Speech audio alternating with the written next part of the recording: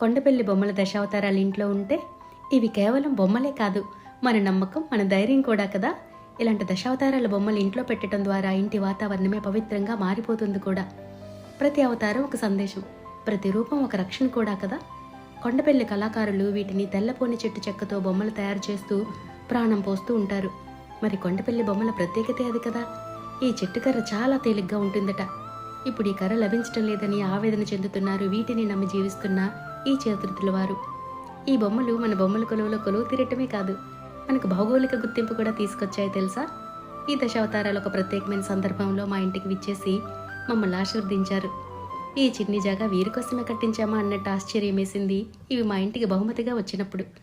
ఈ నెగిటివ్ స్పేస్ని చాలా పాజిటివ్ స్పేస్గా మార్చేశాయి. చిన్న మాట, మన సంస్కృతిని కాపాడేలాంటి బొమ్మలకు ఇంట్లో స్థానం కల్పించడం ద్వారా ఇంటి అందం పెరగటమే కాదు, ఈ చేతివృత్తుల వారికి మనవంతు ప్రోత్సాహం కూడా అందుతుంది కదా.